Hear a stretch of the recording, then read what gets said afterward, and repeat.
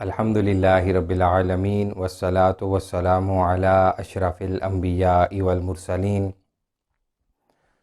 اما بعد فاعوذ باللہ من الشیطان الرجیم بسم اللہ الرحمن الرحیم قالوا یا ابانا ما لک لا تأمنا علی یوسف وإنا لہ لناصحون صدق اللہ العظیم اللہم صلی علی محمد النبی الامی وآلہ واصحابہ وبارک وسلم۔ معزز ناظرین کرام، السلام علیکم ورحمۃ اللہ وبرکاتہ۔ ناظرین کرام، قصص القرآن کی اگلی نشست کے ساتھ آپ کا میزبان شفقات حسین آپ کی خدمت میں حاضر ہے۔ آج کی اس نشست میں ہم احسن القصص یعنی سب سے اچھے قصے کے چند مزید پہلوؤں اور اس کی حکمتوں کو جانیں گے۔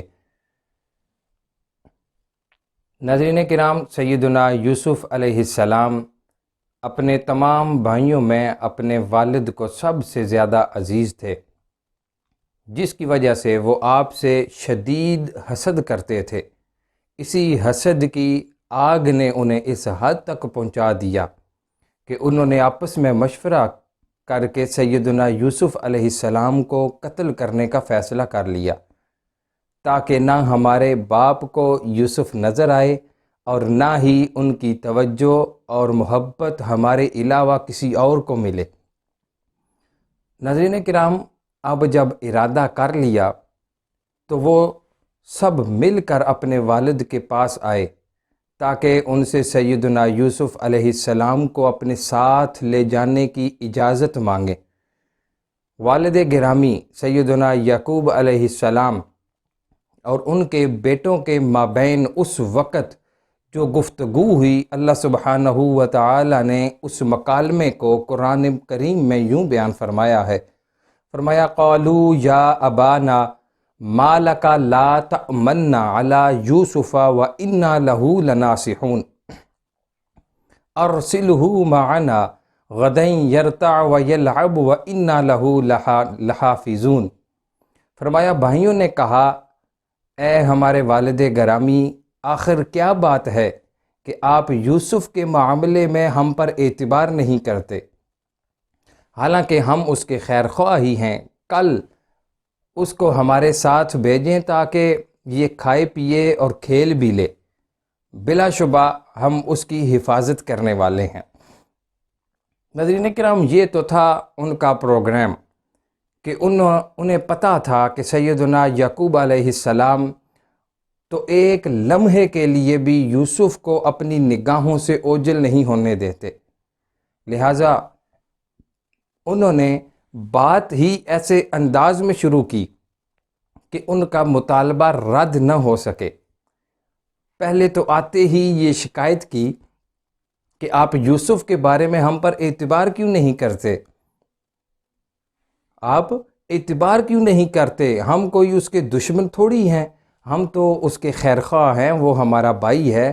ہم نے سیر و سیاحت کا ایک پروگرام بنایا ہے، ہم پکنک منانے جا رہے ہیں، اور ہم چاہتے ہیں کہ ہمارا چھوٹا بھائی یوسف کو بھی ہم ساتھ لے جائیں تاکہ وہ بھی گھر سے نکلے، کھائے پیے، کچھ کھیلے کودے۔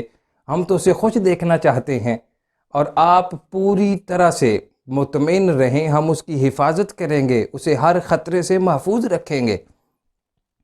ناظرین کرام، سیدنا یعقوب علیہ السلام بھی سمجھتے تھے کہ دوست ہوتا نہیں ہر ہاتھ ملانے والا۔ ناظرین کرام، اس لیے آپ نے اپنے بیٹوں کو جو جواب دیا، قرآن اسے یوں بیان کرتا ہے۔ فرمایا قال اننی لیحزننی ان تذهبوا به واخاف ان یاکلہ الذئب وانتم عنہ غافلون۔ فرمایا سیدنا یعقوب علیہ السلام نے فرمایا، تمہارا یوسف کو لے جانا مجھے غمگین کرتا ہے، اور مجھے یہ ڈر بھی ہے کہ اسے بھیڑیا کھا جائے یا تم اس سے غافل رہو۔ یعنی سیدنا یعقوب علیہ السلام کو یہ خدشہ پہلے سے تھا کہ جنگل میں بھیڑیے موجود ہیں، کہیں ایسا نہ ہو کہ یوسف کے بھائی اسے تنہا چھوڑ کر کسی اور کام میں مصروف ہو جائیں اور یوسف کو بھیڑیے نقصان پہنچائیں۔ وہ کہنے لگے لئن اکلہ الذئب ونحن عصبۃ انا اذا لخاسرون، کہنے لگے اگر ہماری مضبوط جماعت اتنی حفاظت کے باوجود یوسف کو بھیڑیا کھا جائے تو پھر ہم تو سراسر گھاٹے میں ہیں۔ ناظرین کرام، خیر انہوں نے یوسف علیہ السلام کی حفاظت کا یقین دلایا۔ سیدنا یعقوب علیہ السلام سیدنا یوسف علیہ السلام کو بالکل نہیں بھیجنا چاہتے تھے، لیکن جب بحث لمبی ہو گئی تو سیدنا یعقوب علیہ السلام نے نہ چاہتے ہوئے بھی انہیں اجازت دے دی۔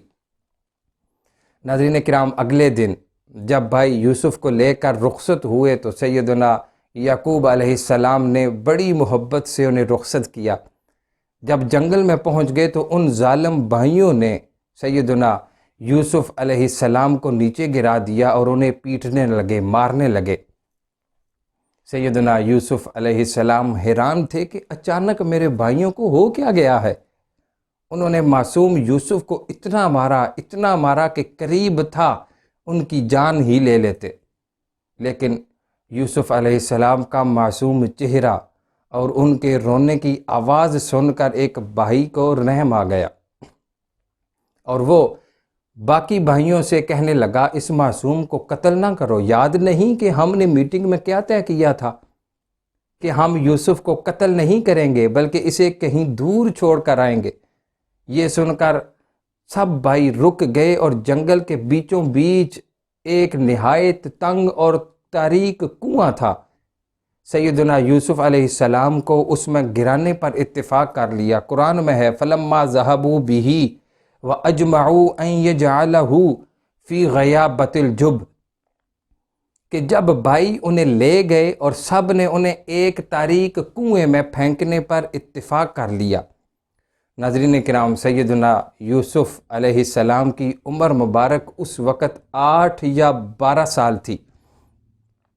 آپ کے بھائیوں نے آپ کو اٹھایا اور وہ کنواں جو نہایت تنگ اور تاریک تھا اس میں پھینک دیا۔ اللہ کی جانب سے سیدنا جبرائیل علیہ السلام فوراً آ گئے اور انہیں نیچے گرنے سے بچا لیا اور کنویں میں ایک صاف ستھرے پتھر پر انہیں بٹھا دیا۔ اس حالت میں سیدنا یوسف علیہ السلام کے معصوم دل پر جو کیفیات گزری ہوں گی ان کا اندازہ کون لگا سکتا ہے۔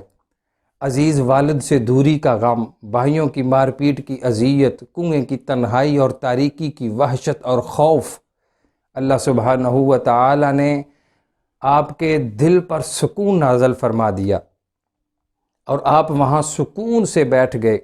ناظرین کرام، سیدنا یوسف علیہ السلام کے قرآنی قصے کے اس پہلو میں ہمارے لیے جو اسباق موجود ہیں، جو اسباق پنہاں ہیں، جو اسباق پوشیدہ ہیں، ان میں سب سے پہلا سبق تو یہ ہے کہ وہ لوگ جو ہم سے خیرخواہی کے بلند و بانک دعوے کرتے ہیں اور بار بار لوگوں کے سامنے، ہمارے سامنے اپنی وفاداری کے دعوے کرتے ہیں، اکثر ان کے دلوں میں کھوٹ ہوتی ہے، جسے وہ اپنے بلند و بانک دعووں کے شور میں چھپا رہے ہوتے ہیں۔ ناظرین کرام، زندگی میں جب بھی ایسے لوگوں سے معاملہ کرنے کی نوبت آ جائے تو خوب دیکھ بھال کر احتیاط کے ساتھ ان کے ساتھ معاملہ کرنا چاہیے۔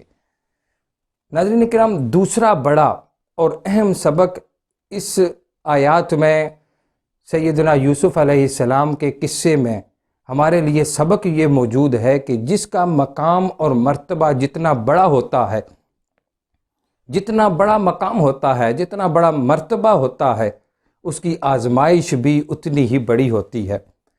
اللہ سبحانہ و تعالی نے آزمانا تو سب کو ہے، کسی کو کچھ دے کر آزماتا ہے اور کسی سے کچھ لے کر آزماتا ہے۔ وہ آزماتا سب کو ہے کیونکہ اس کا وعدہ ہے وَلَنَبْلُوَنَّكُمْ، ہم تمہیں ضرور آزمائیں گے۔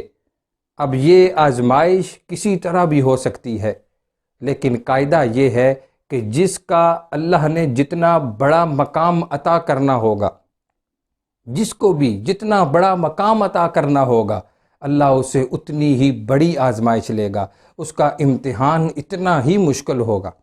ناظرین کرام، اور پھر اس پر صبر کرنے کا اجر بھی اتنا ہی بڑا ہوگا۔ اس لیے ناظرین کرام، زندگی میں آنے والے دکھوں اور تکلیفوں کو اپنے رب کی آزمائش سمجھ کر اس پر صبر کرنا اور ہر حال میں اپنے رب کی رضا پر راضی رہنا ہی ہم سے مقصود ہے۔